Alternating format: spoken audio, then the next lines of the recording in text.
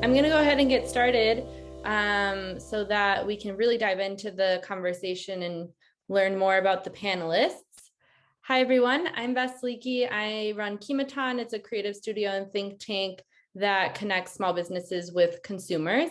And today we're really excited to bring this panel to you that we will be discussing sustainability and the impact of businesses and the intersection. And we have a really diverse set of speakers, and that was on purpose because sustainability is across what we do and how we live. And so we wanted to hear from all different kinds of perspectives and what that means to them, and then how they believe it plays a part, how businesses play a part in promoting that and in growing a sustainability movement.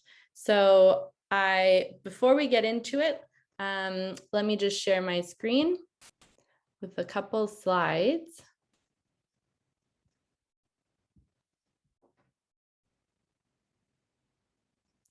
Great, so hopefully you can see it.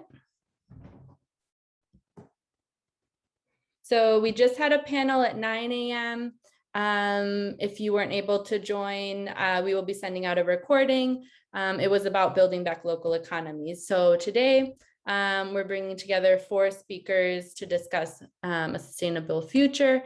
And make sure to also put on your calendar tomorrow's coffee tasting with Curioso.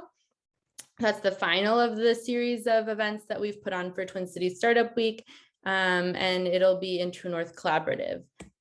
And then a fun addition to the event is that we've partnered with To The Market, which was a part of Techstars Retail Accelerator back in 2018. And I heard Jane Mosbacher Morris speak, who wrote this book called Buy the Change You Want to See. And it really further inspired me to keep advocating for conscious consumerism. And so we've partnered with her and her company to give away 7 books to attendees of the panels. And so I'm really excited. Hopefully one of you or some of you win the book and you can have a chance to read it, to really learn more about the role that each of us plays and the power that each of us has in creating positive change.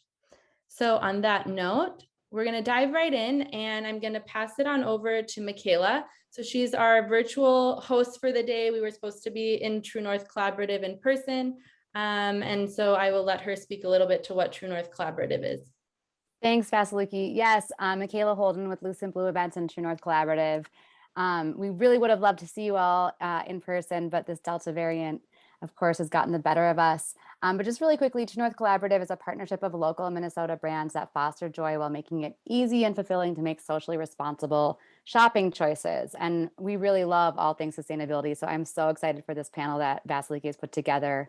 And our mission is just to strengthen the small business economy through experiential retail and, exploring programming like this and creating space for dialogue. So I hope you'll come and visit sometime. We're in Uptown on Hennepin Avenue, just south of Lake Street, and please feel free to stop by anytime.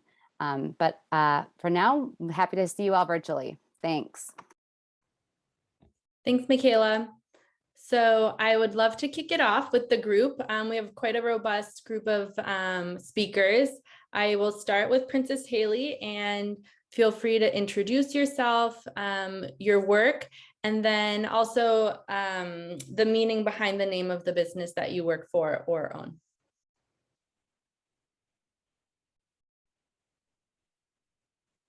Princess Haley, all yours. I'm not unmuted. It's okay. It happened to me the first panel. We're going in and out. I heard the business that you own at the end. Oh, if you would like to introduce yourself, what you do, and then also what does Appetite for Change mean? Why is it named that? All right. Well, I'm Princess Haley. I'm one of the co-founders as well as the Senior Engagement Officer at Appetite for Change, which is a nonprofit that was built for the community by the community in North Minneapolis almost 10 years ago to give people to really look at the issue of food access and food justice. We have 2 restaurants, 7 urban farms. We manage a farmers market. We have a youth training program, and also we're participating in a community cooks meal box distribution program where we're delivering 150 boxes with fresh local veggies and 2 recipe cards to community members every Monday. And we're also in a partnership with Local Crate and Good Acre, distributing meals to 24 community partners who are getting those meals out to their constituents. We believe that food is a tool to create health, wealth, and social change. Mhm. And you use music as well. You have these amazing videos and this campaign that you run to really speak to what food means and reach people in different ways. So on that note, I'd love to introduce Kate. Kate, if you could share a little bit about who you are and what you do. Sure. Hi, thank you for having me. Yeah, my name is Kate Nordstrom. I'm the executive and artistic director of the Great Northern, which is a festival in Minneapolis and St. Paul that celebrates our cold and creative winters through programming that invigorate mind and body. And doing this in an era of climate change is significant. So the festival focuses on different facets of winter culture and how the season shapes and inspires us in certain ways and how we need to protect it. My background is in the arts. Actually, I've been with the organization for a year and a half or so with Great Northern, but I come from a music and performing arts programming and producing background, and have a series called Liquid Music that I own, used to be at the St. Paul Chamber Orchestra and now is mine independently. So thank you so much for having me. Thanks for joining us. Amber? Hi, good morning. My name is Amber Haukedahl, and I'm the CEO and founder of Tare Market. Tare Market is a zero waste shop located in South Minneapolis. Our mission is to fight climate change by providing people with access to plastic-free and package-free goods. So we sell things in our shop like refillable shampoo, dishwasher powder, bar soap, and then we have 130 shelf-stable bulk food items. So we encourage customers to bring their own containers into the space to refill, and therefore we're trying to really eliminate any unnecessary packaging and any excess waste from people living their daily lives. We have a community outreach and education component as well. We chose our location because it was previously a food desert, and we wanted to bring shelf-stable bulk food to this community and make it easier for the everyday consumer to live a little bit more sustainably. And the name Tare Market refers to tare, which means the weight of an empty vessel. So it really speaks to the fact that we encourage people to bring any kind of container, whether that be a yogurt container, a Ziploc bag, bring it into this space, put it on the scale, weigh it, fill it, and then bring the item home. And by tearing it, you're not paying for the weight of the container, you're simply paying for what's inside of it. And so therefore really encouraging the reuse and reduce kind of cycle in that reduce reuse triangle that we all know and are familiar with. So thank you so much for having me today. I love that. I didn't know that. Gregg, how about yourself? Hey everyone, it's great to be with you this morning. My name is Gregg Mast. I'm the Executive Director of Clean Energy Economy Minnesota. And I'd like to extend a special thank you to the organizers of Twin Cities Startup Week for all of their incredible efforts and preparation. I'm thrilled to be part of such an important week of events that brings our entrepreneurial and startup community together. And it makes me extremely proud to be working in this community, and I couldn't be more excited and hopeful and thinking about what's ahead for our startup ecosystem here in the state. Just a few words about my organization. So we were founded in 2016 by business leaders across our clean energy industry here in the state. And we are a nonpartisan, not-for-profit organization that's dedicated to growing and strengthening Minnesota's clean energy business ecosystem.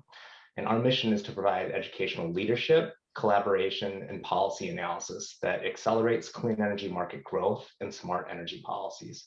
So in short, we promote the business case for energy efficiency and clean energy to drive innovation and expand markets. So great to be with all of you. Thanks for joining. And I will start off with a question for yourself, Gregg. So given all of your work that you do in the educational space and with such a local focus in Minnesota, where would you say that we stand sustainability wise, and what kinds of resources do you see and opportunities that can drive us to do more in the future? Yeah, so in terms of resources for businesses, since I started in the industry back in the early 2000s, I've seen just a tremendous amount of change, and that change has been positive.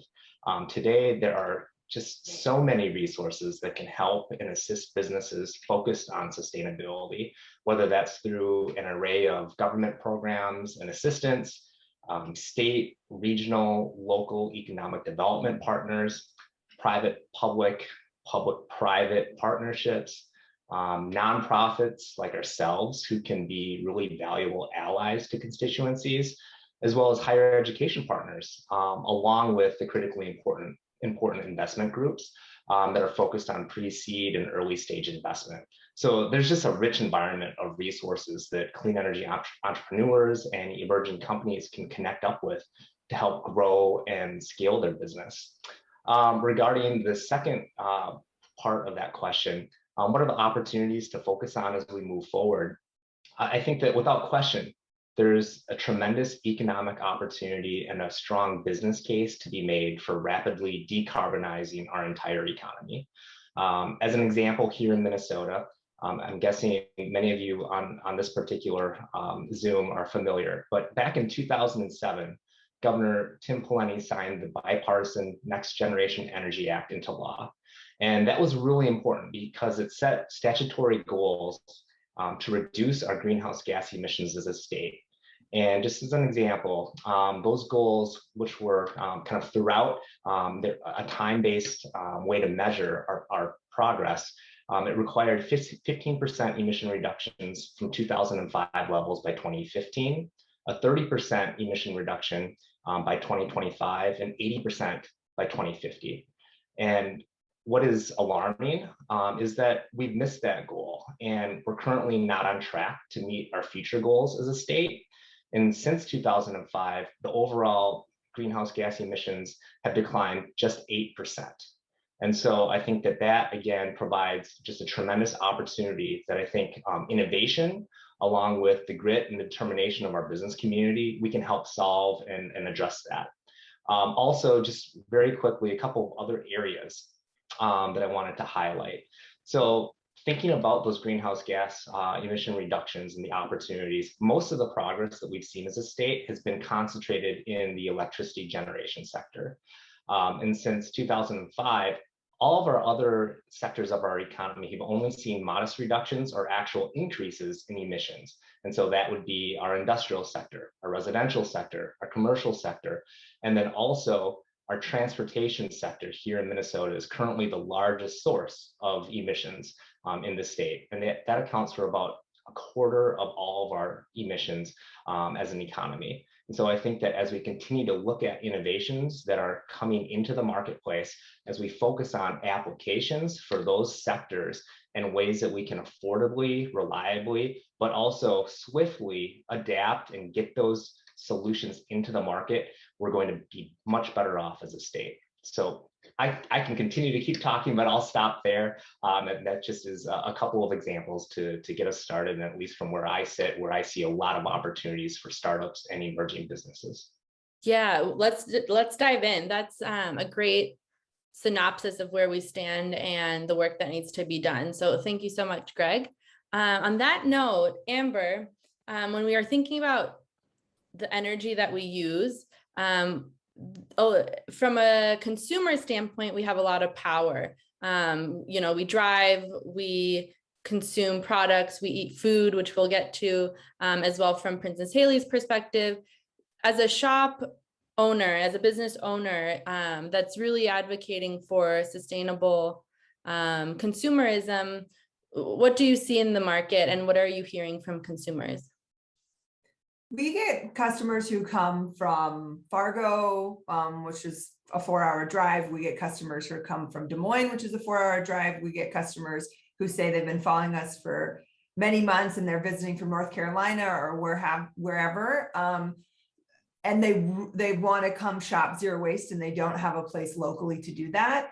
So I'm seeing definitely a local demand, but I'm seeing beyond that a national movement towards people really wanting to spend money with retailers that speak to their values and really help align their long-term goals with their everyday life.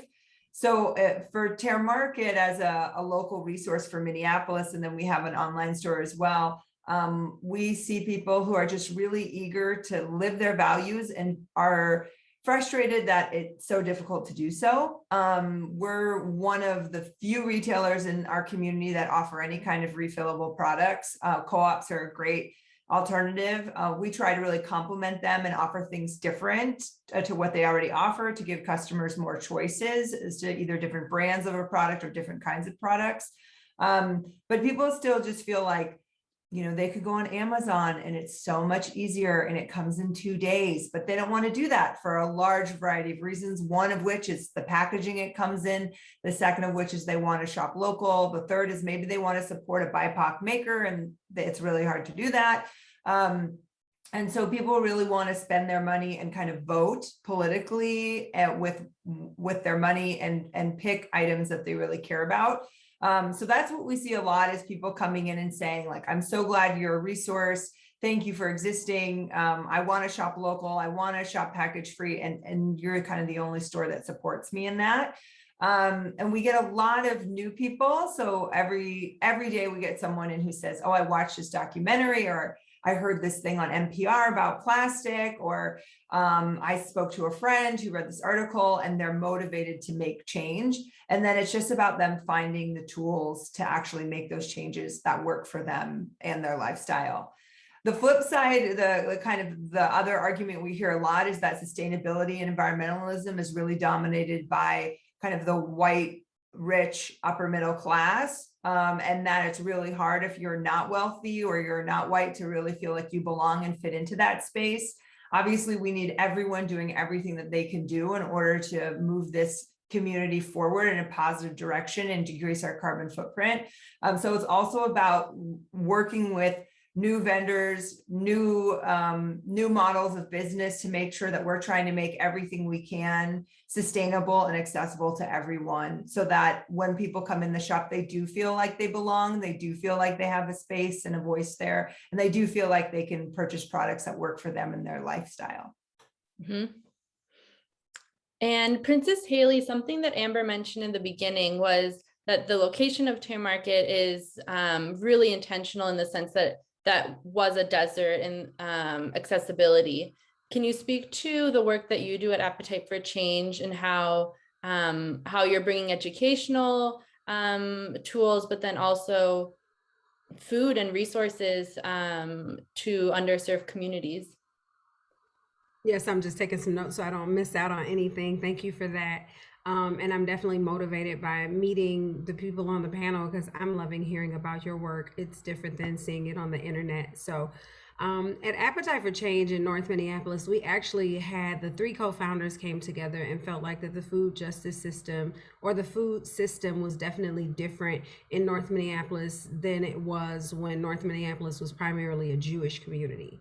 So we didn't have, as the mom and pop shops and fisheries and bakeries left North Minneapolis, we had 38 fast food restaurants actually move into North Minneapolis. Understanding that a lot of other urban areas have foodscapes that look similar ways, and that you want people to have access to fresh and local produce, and that our grocery store was not able to serve 67,000 community members. If you go and you buy beets, chances are you won't get that item if it's fresh. If it's a produce piece, you won't get that item again until they restock, because in their mind, that's just not what people in this community eat, what people of color eat.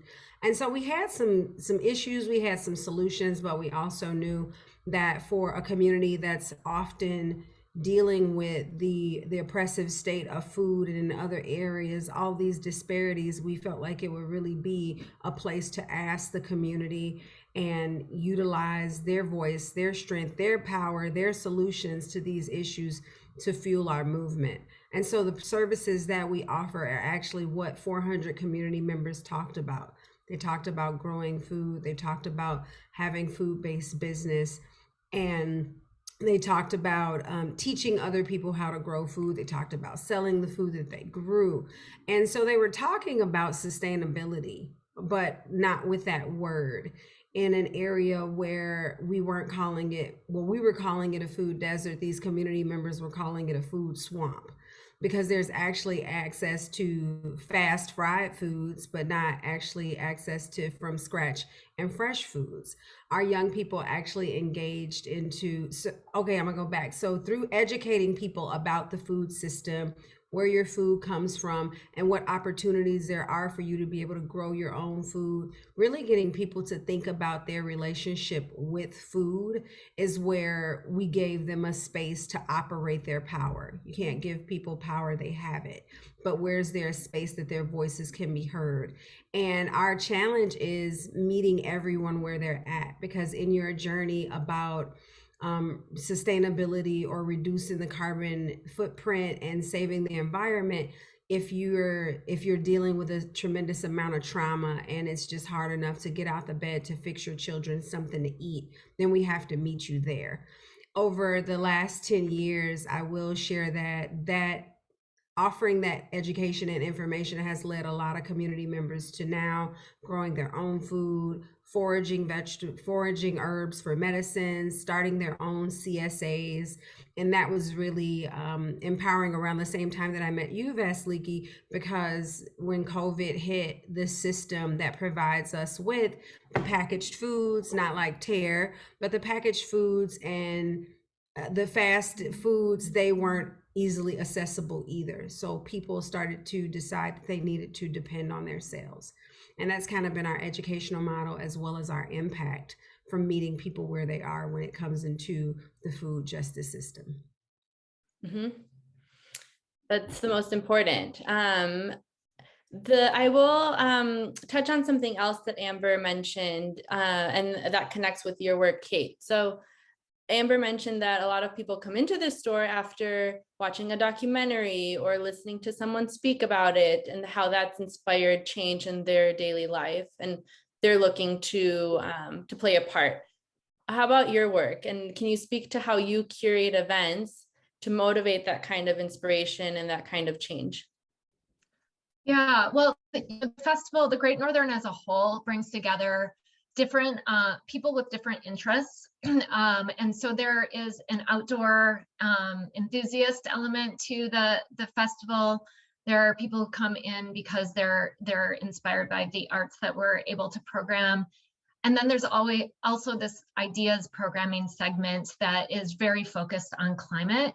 And I think the three actually work together in a way that is holistic and helps us feel the change that we may want to make. So through the climate programming, the speakers and the teachers that we engage, you're learning a lot about solutions that are happening in the world with regard to climate and the actions that can be taken. But in a lot of ways that information needs to sink into the heart. And in having a winter festival, we have an opportunity for people to get outside, breathe fresh air, feel what they stand to lose. And we're trying to have that conversation. And so as they enjoy the cross-country ski races, for instance, at Theodore Wirth Park, they can also let that sink deeper and think about what it would mean to not have that. And so those conversations we find really meaningful, and this integration of it all really is special and unique as a festival.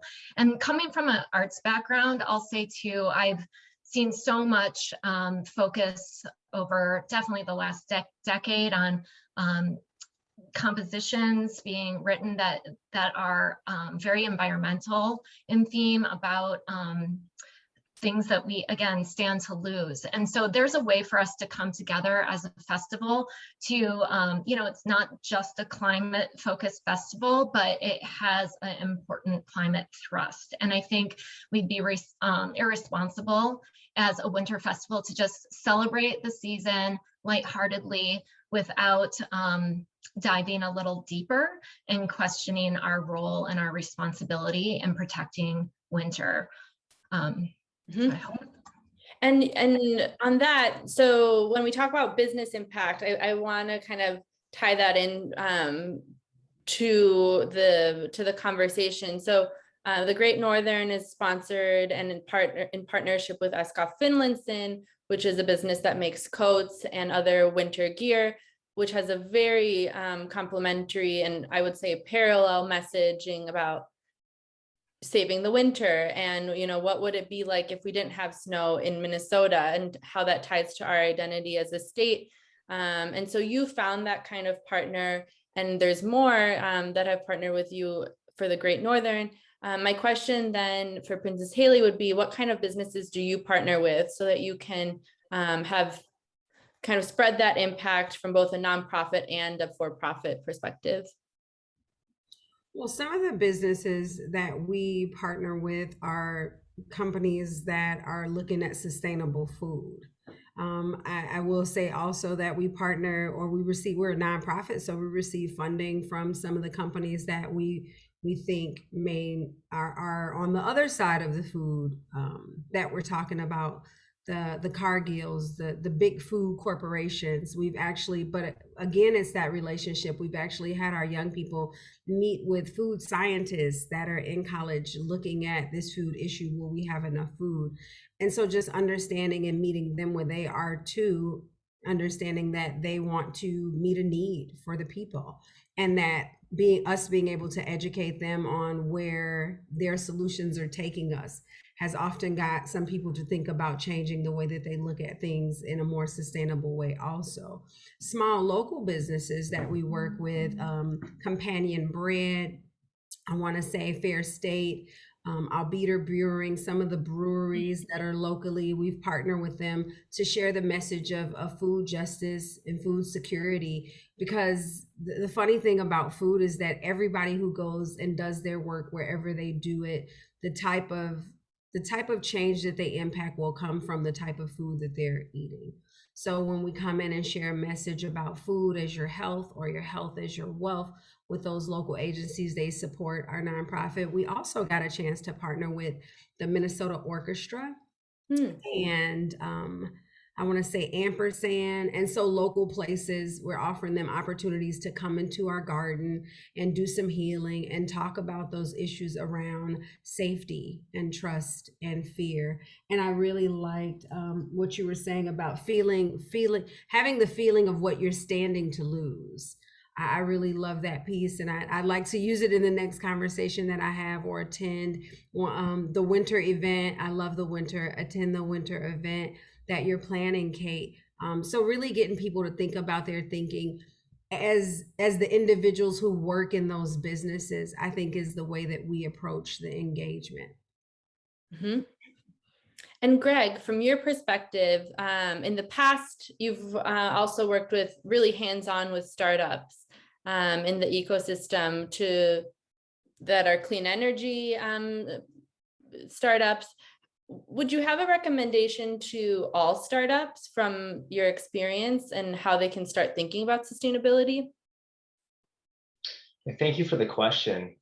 I guess as I think about it, I would suggest that as startups and emerging companies think about sustainability, energy production, use, that they take a holistic view, whether that's from cradle to cradle, well to wheels, so to speak. How does that get reflected in your value proposition? And increasingly, business partners, customers, and consumers, they want to understand and have some level of assurance that your product or how you deliver your services is not only going to be affordable and reliable, but it's going to be sustainable too. So that said, I also think it's important that as entrepreneurs and startups, there's a level of understanding and at least a line of sight to how you navigate and have planned for this important intersection that is a big focus of our organization, and that is on technology, policy, and finance. For clean energy businesses especially, accounting for and also leveraging wherever possible opportunities or mitigating external risks that are associated with any of these three areas, that's really key to building a successful business that's well positioned for the long haul. And as entrepreneurs, we have to be mindful of the ever-changing currents when it comes to those key factors, and also be resilient and quickly adaptable to ensure that we're ready and leaning into these opportunities when they arise. Just as we also think about what should startups and emerging businesses, what should they also be considering? For our organization, we have increasingly recognized that in order to deliver on our mission, we have to identify, understand, and also, most importantly, take action to address the imbalances that have existed in when it comes to, for example, power and privilege, in order to create a clean energy economy that is inclusive, that's just, and certainly that's equitable. So in our work to create a more equitable workplace and industry as a whole, we're focusing on fostering that environment where access and opportunity, as well as advancement for everyone, is realized and achieved. So I think ultimately, we are committed to creating the environment, the policies and the programs in which any individual or group is going to feel welcomed, respected, supported, and certainly valued to participate in order to thrive. And I firmly believe that it's incumbent on all of us that we prioritize this, because ultimately that's how we're going to create the sustainable future that we all want. And we're going to also have that durable and long-lasting impact as organizations. So it's imperative that we continue to work together towards this important goal. Mm-hmm. And that's one of the motivations to have this panel, is because it's bringing together a lot of leaders in the community who are leading the way, who are kind of paving the way for these non-traditional partnerships between groups of people, between types of work. Kate, is that something that you would like to speak to, since it's such a core element of your of what the festival is all about? Yes, definitely. And thank you so much for bringing this group together, because my mind is going in a lot of different directions and wanting to reach out with people here after. But I can give an example of a project that we're working on right now as a festival that brings together different sectors and different collaborators in a unique way. So coming from the music world, I heard through my colleague at the SPCO of a composer that was seeking to write orchestral work about bird migration changes due to climate change, which I was like, we have to commission this for the festival, find funding, let's work together to do it. That composer is excellent, and yet as much of an environmentalist as she is, and really practices what she cares about and models it for her mentees. She also had a lot of research to do on her own about this subject matter. And I did know of a writer who's a birder and a conservationist poet who we worked with on the festival last year. His name is J. Drew Lanham.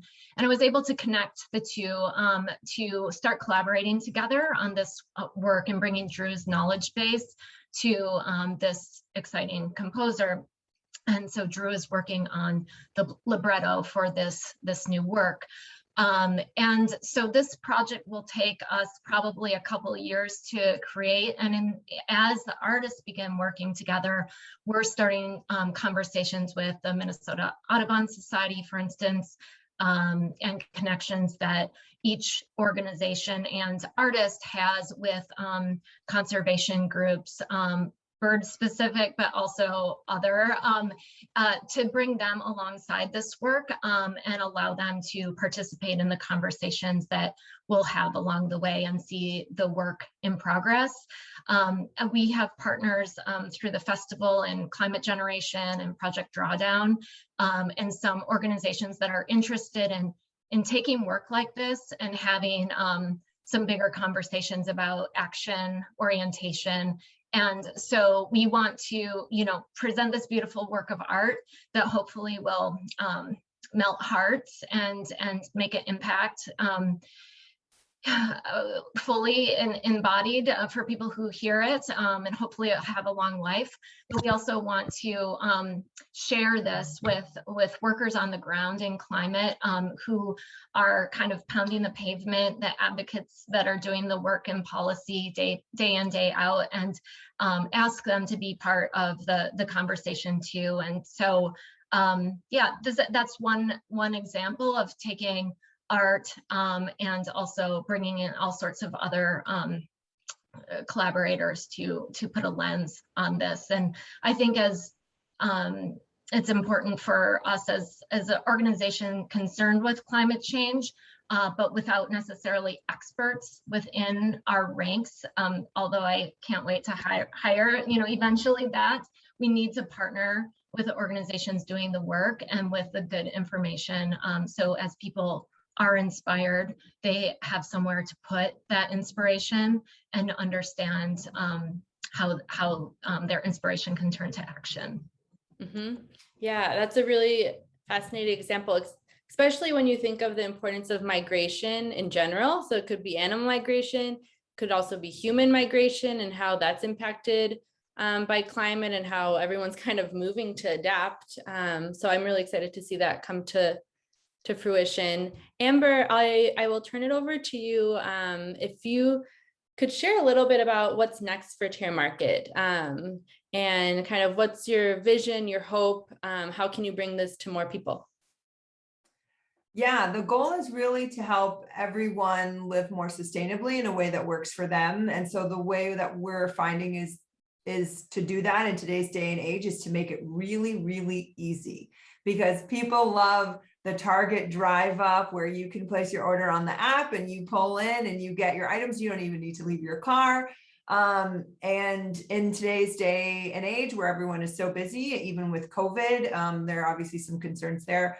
We want to do everything we can to make it accessible and easy. So one thing we're doing is we're launching a new and improved online shop that will allow people within the greater metro area to place delivery orders. So we're working with Soderbergh's Floral on Lake Street to fulfill that, to do the delivery service. So if you're in Plymouth and you don't have access to package-free and plastic-free goods, but you want to shop zero waste, you can have it delivered to your door next day. So we're really trying to just make it easy for everyone to continue to live, take baby steps and live a little bit more green. We are looking to open a second location as well. We're hoping to open that in spring of 2022 in the Northeast area. We get a lot of people who come from the northern suburbs who say like, I love your concept, but I have to drive for an hour every time I come. So that will just be another area that local people can shop. And then we are bringing back our community outreach and engagement. So I actually am facilitating a free class this Thursday. I'll put the Eventbrite information in the chat. And that will be an hour-long free class about steps you can take to move your home to be a zero waste home. And we'll cover kind of the basics of zero waste and then like tips and tricks to moving that direction. So we're going to be trying to do more virtual classes, and that way virtual, anyone can join from anywhere. And there are recordings that will be available for people who are busy and can't make the time. So we're just really trying to meet people where they're at and help people in a way that works for them. That's awesome. I'll share out the link as well for everyone's reference after the event, because Liquid Music has some upcoming events as well. So everyone can have a reference to those to look forward to. I will also mention that for those in the audience, if you have any questions, feel free to drop them in the chat. I think our speakers have really given a lot of great nuggets. And so if there's anything that you'd like to expand on from your own perspective or your own work and you would like to learn more, feel free to drop them.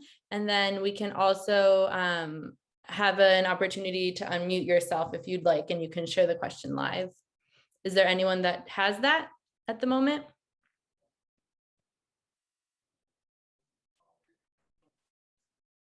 Hey guys, I had a question. Amber, this is something that I was thinking about for your shop or for your second location. And I think maybe Greg was alluding to this a little bit, but are there any considerations taking place as business owners for being accommodating to EVs, people that are traveling to your stores using electric vehicles? Has there been any infrastructure conversations when you're looking at new spaces? Are landlords accommodating to conversations about how do we plan for having a couple spaces dedicated to electric vehicles? And on the same question, I might wonder, are there any considerations taking place while you're looking for new spaces for solar integration? That's a great question. And unfortunately, as a renter, I feel like I don't have a lot of power beyond just saying like, hey, I'm not going to move into this space because there aren't those considerations in place. It was really important to us to incorporate some measures of sustainability into choosing our first location, and we're replicating those for our next location. That includes, it has to be by 2 forms of public transportation within a block. So currently we're near the 38th light rail stop, and we have a major bus line, and there's a bike lane on 38th Street. And then in addition to that, there has to be some other infrastructure in place. There's benefit to being in newer buildings where the landlord has upgraded to LED lighting, more efficient HVAC systems, things like that. But the environmental footprint of a new building versus being in an old building, for us in a lot of ways, it's more environmental to be in a building that's already in existence as opposed to being in a new building. So there's some kind of like some issues there when you really start to get into the environmental footprint of a new building, which might be more energy efficient, but an old building already exists. We do work with our landlord very closely about trying to put an infrastructure into our spaces so that it is as green as it can be. But unfortunately, there are limitations. So for example, we couldn't put an organic bin in our alleyway where the trash and recycling goes for our current location because there wasn't space. And the city of Minneapolis came out, they had to do this whole survey when a business wants to put an organics bin. We just wanted like a residential bin, and they said, well, there's not space for our trucks to come down here and pick it up. So you don't have one. So I bring my organics home every week and put it in my own personal bin, which makes my husband very happy. But it's important to me, and you just got to really shove it in there to make space.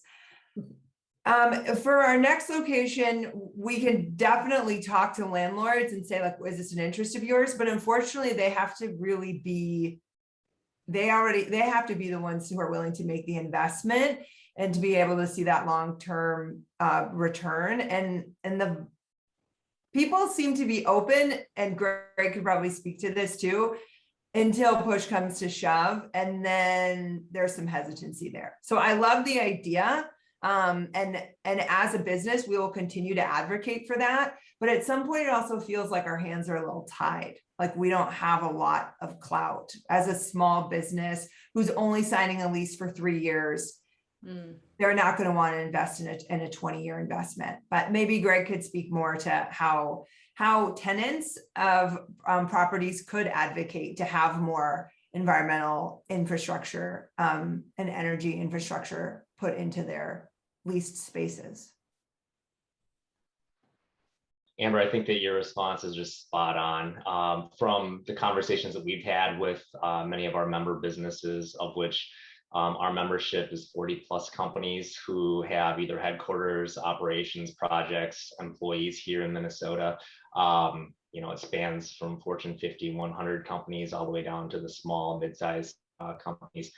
Many of them are working on designing, doing engineering, providing the component parts to EV charging infrastructure. But what we have heard from many of our members is it's a mixed bag. And I do think that there needs to be either like a vision from ownership or from whomever the building owner is to understand and see, and ultimately comes down to crunching some numbers and really kind of forecasting out what they think will be demand by occupants, where it will make sense. And I think that there's increasingly more programs, again, back to my mention of various government programs, other potential market based mechanisms that help to incentivize or kind of bring down the costs of some of that infrastructure. So I think that there are opportunities, but ultimately I do think that similar to what we've seen with, for example, on-site solar, it takes a while to understand and get comfortable with the entire supply chain, get comfortable with how do we approach it, what do we need to understand, and then ultimately, the more deployment that we have, those costs come down very quickly. And so I think that we're going to see that same trend continue when it comes to infrastructure related to EVs. And I hope that it happens sooner rather than later, but I think that we're on the right path.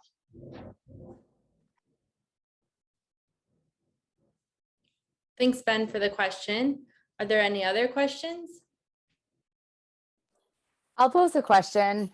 One of the things that I thought a lot about after I got married and had kids was how hard it is to live a really sustainable lifestyle when you have, family that's got demands, and you family members who maybe think about this more than others. And the point was raised earlier about meeting people where they're at, and I know Amber, you talked a lot about your customers drive from all over the place because they're excited about this opportunity to live a more zero lifestyle. But I think, I've imagined that a lot of the people on this call, we're maybe the choir that we're all preaching to. And I think a lot about, as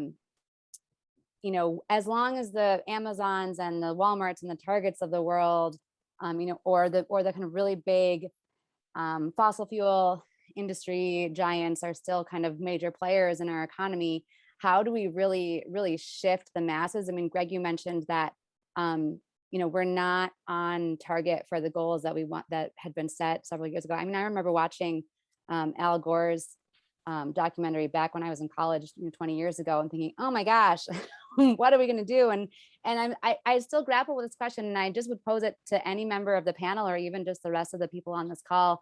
I feel like there's an opportunity for, some really tech savvy entrepreneur who could think about how do we aggregate data and communicate progress made to, a really big campaign reaching a lot of people and inspiring people to get motivated around how they play a small part in this kind of really massive global challenge that we're facing. And I'm just curious if other people think about that, or if there's ideas out there about how we might, move from the early adopter phase to the masses kind of adopting the movement. I'd like to touch on that just because it speaks to the work that we've done at Appetite for Change with the BIPOC community and really creating the culture of sustainability. And often, like I said, the people in North Minneapolis had their grocery stores closed. We had threats of to our lives if we were going to host a farmers market. And this was all after the uprising. So to talk to somebody about saving the environment at that point in time, when they're just trying to get their basic needs met, has been challenging.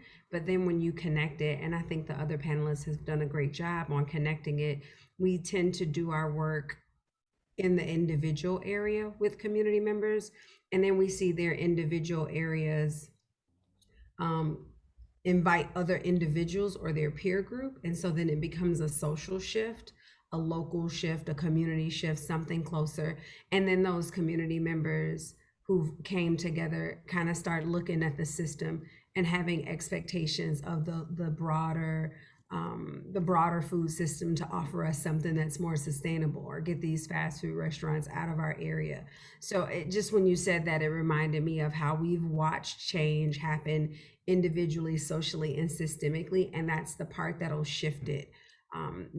Have we had some policy wins? Yes. Are we engaging our young people in policy around hungry and healthy free schools? Yes. But they still come home, or they still come to their real lives after the work is done, and just trying to get food on their plates, food that they can make, food that they can get in the kitchen with other community members to talk about the change that they want to see. that's going to sustain their lives. So just looking at it individually, but we're often slipping in that message of having people do the self-study and look at the internal environment, and then once they care a little bit about or can show or have some power and ability to change what they're doing internally, then we connect it to the external environment and why that should be equally as important. Thank you for listening.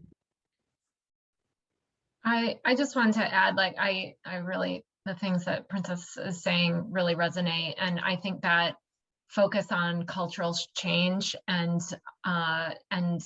moving hearts and seeing community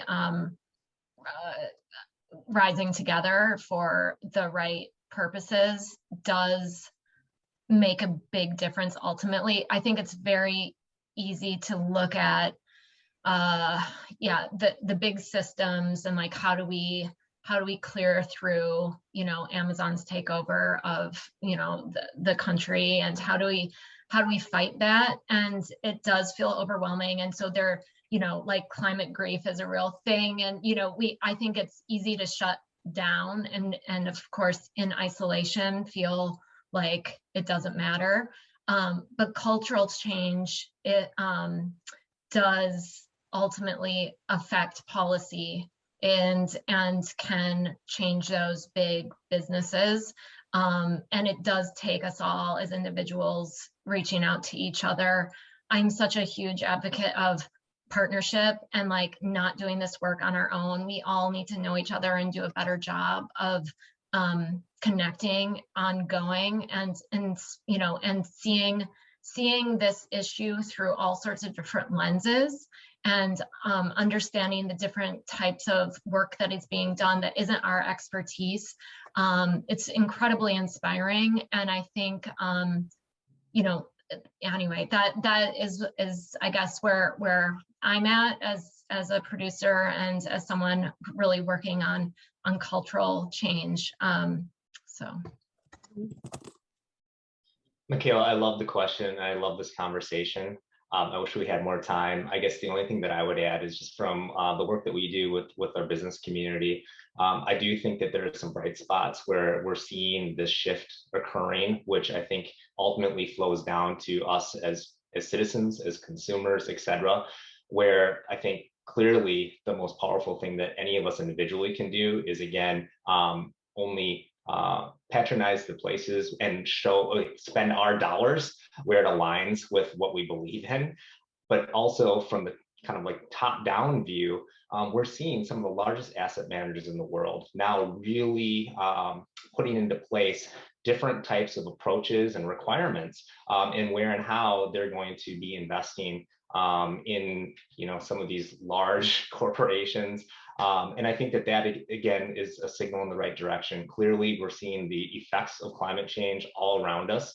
We're seeing insurance companies no longer actually insuring projects that are tied to fossil fuels or fossil infrastructure, et cetera. And so I think that there are reasons to be very optimistic that, again, I think the smart money, so to speak, or those with the large capital and influence are beginning to really have a reckoning.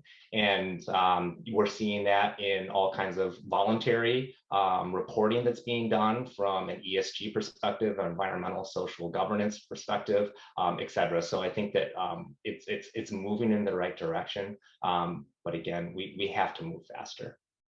Mm-hmm.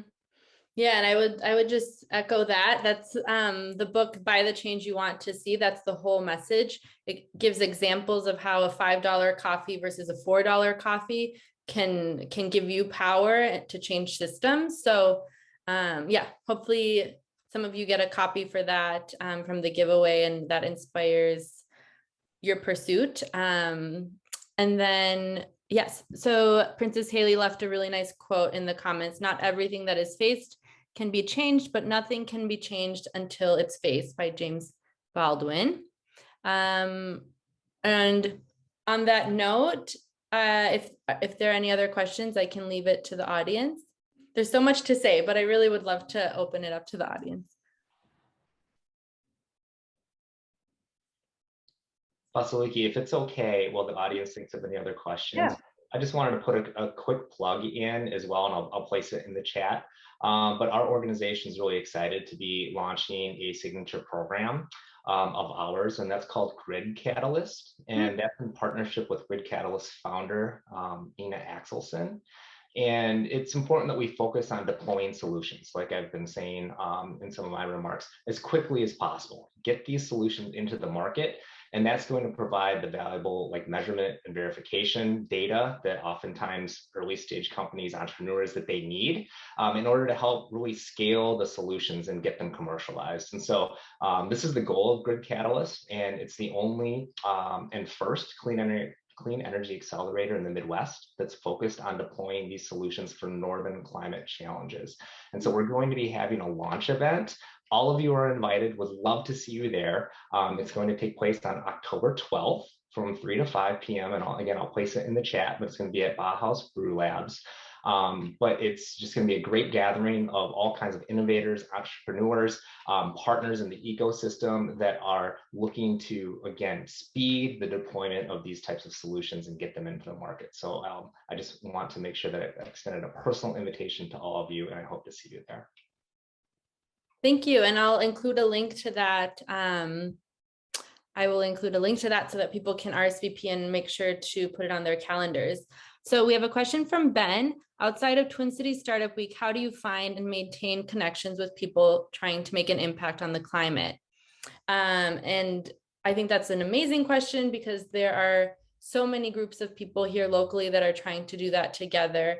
The two that I would like to mention are the Hennepin. So from a business standpoint, the Hennepin County is doing a lot. If you're in Hennepin County, they have a waste prevention grant that you can apply to. And so they're putting a lot of resources behind businesses really transitioning out of wasteful systems. And then the second one is Reuse Minnesota. And this is a local organization that, from my perspective, has really connected a lot of the dots to the impact that we have as both consumers and business owners. Because in that, just to give an example, so like what Amber's talking about having the organics bin. So Reuse Minnesota, there's actually a lot of city officials and different people that are working in the system behind the scenes. And they talk about how expensive it is to take out trash and to take out all of our trash, and how that in turn increases our taxes. So there's so many dots behind the scenes that if we really start to think about it, there's an impact that we can all have. So those are the two resources on my mind. Feel free, speakers, to add in others.